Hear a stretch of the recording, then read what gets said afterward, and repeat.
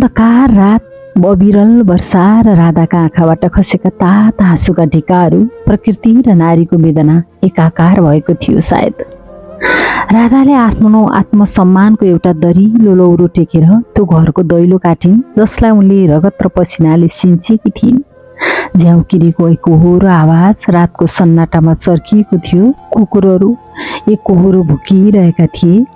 भ्यागुताको tarot tarot Kirkus आवाजले रातको सन्नाटालाई चिरे जस्तै थियो।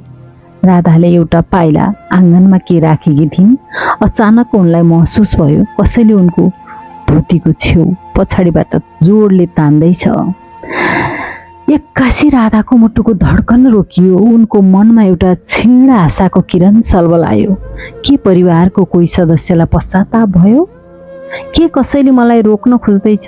के कसैले अन्तत भन्दैछ राधा तिमी नजाऊ, तिमी निर्दोष छौ? यो एउटा यस्तो अपेक्षा थियो जसले उनको मर्नै लागेको विश्वासलाई फेरि बिउताउन खोज्दै थियो। उनलाई लाग्यो सायद इमानदारीतामा लागेको त्यो भयानक घाउ अब मेटिनेछ। ती खाएको मान्छेले पानीको आश गरे झैँ राधाले ठुलो आशा बोकेर बिस्तारै पछाडि फर्केर हेरिन्। तर आकाशको मधुरो प्रकाशमा उनले जे देखिन् त्यसले उनका बाँकी रहेको मुटुको अलिकति अंश पनि छिया छिया पारिदियो। त्यहाँ उनलाई सान्त्वना दिने श्रीमान थिएनन्, न त पश्चातापमा डुबेकी सासुआमा थिइन् वा अरू कुनै परिवारका सदस्यहरू नै थिए। त्यहाँ मानवता भएको कुनै मान्छे थिएन। त्यहाँ त केवल पिङ्की थिइन्, त्यो कुकुर जसलाई राधाले सधैँ आफ्नो जुठो घाँस खुवाउँथिन् र घाँस काट्न जाँदा जहिले उनकै पछि पछि लाग्थ्यो। आज यो कठोर घर र पत्थर जस्तो मन भएका मान्छेहरूले राधाको इमानदारीतालाई लत्याउँदा त्यो एउटा अबोध जनावरले मात्र उनको पीडा बुझेको थियो। पिङ्कीले आफ्नो दाँतले राधाको धोती समातेर तान्दै थिए। आँखामा एउटा यस्तो याचना थियो मानव उसले भन्दै थिइन् यो अँध्यारोमा तिमी कता जाँदैछौ? मलाई कसले खुवाउँछ? मलाई एक्लै छोडेर नजाऊ। जनावरको त्यो निस्वार्थ प्रेम र मान्छेको त्यो भयानक निष्ठुरताको तुलनाले राधालाई विक्षिप्त बनायो। उनले पिङ्कीको टाउकोमा बिस्तारै हात मुसारिन्। उनको गला अवरुद्ध भयो तर उनी केही बोल्न सकिनन्। पिङ्कीको आँखामा पनि आँसु थियो कि त्यो केवल वर्षाको पानी? त्यो राधाले छुट्याउन सकिनन्। उनका गला अवरुद्ध भए।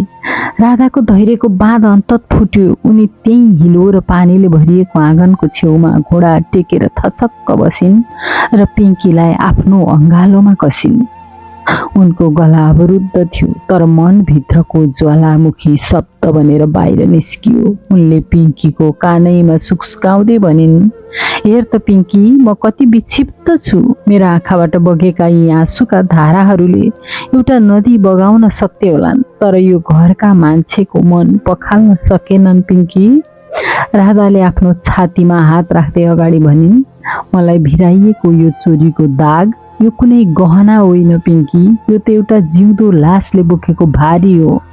मैले गरेका हरेक समर्पण, मैले बिताएका हरेक पलहरूलाई आज उनीहरूले धुलोमा मिलाइदिए। कुनै न कुनै बहानामा शब्दरूपी ती तिखा बुटहरू म माथि बर्सिरहन्छन्। मेरा हरेक घाउमा उनीहरूले शङ्काको नुन छर्किरहन्छन्। म कसरी सहूँ पिङ्की? तिमी नै भन न, म कसरी सहूँ? राधाले पिङ्कीलाई अझ जोडले हँगालिन्। मान्छे भन्दा पनि तिमी नै महान रहेछौ पिङ्की, जसलाई मैले आफ्नो रगत र पसिना पिलाएँ। उनीहरूले मलाई चोर देखे तर जसलाई मैले केवल मेरो जुठो घाँस खुवाएँ उसले मलाई आज निर्दोष देखिरहेको छ। राधाको रुवाई अब एउटा विलापमा परिणत भएको थियो। उनलाई त्यो घरभित्रको नरक भन्दा यो बाहिरको अँध्यारो पनि पिङ्कीको सामिप्यता प्यारो लाग्न थाल्यो। उनले बिस्तारै पिङ्कीको टाउको मुसारिन्। त्यो अविरल वर्षामा राधा र पिङ्कीको त्यो अँगालो एउटा यस्तो दृश्य थियो जहाँ मानवता हारेको थियो र एउटा अबोध जनावरले प्रेमको परिभाषा लेखिरहेको थियो। पिङ्कीसँगको त्यो रातभरिको मौन संवाद राधाका लागि कुनै औषधि भन्दा कम भएन। जब संसारका सबै शब्दहरूले उनलाई चोर साबित गर्न खोजिरहेका थिए तब पिङ्कीले त्यो अबोध मायाले उनलाई मान्छे भएको महसुस गराए। राधाले बुझिन् कि कहिलेकाहीँ शब्दहरू भन्दा मौनता नै धेरै ओजनदार हुँदो रहेछन्। त्यो अविरल वर्षामा रुच्दै गर्दा राधाको मानसपटलमा धेरै कुराहरू खेल्न थाले। उनले आफ्नो माइती सम्झिन्, बुबाको त्यो गर्वले ठडिएको शिर जो यो झुटो लान्छनाले गर्दा समाजको अगाडि निहुरिन सक्छ।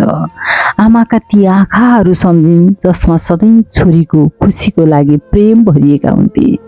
यदि मैले यो घर छोडेँ भने बुबाको शिर सधैँका लागि झुक्नेछ र आमाका आँखा कहिल्यै ओभाने हुने छैनन्, उनले आफैलाई सम्झाइन्।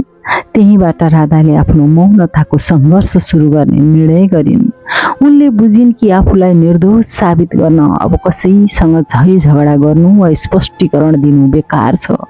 अब उनको लडाईँ शब्दसँग होइन सफलतासँग हुनेछ।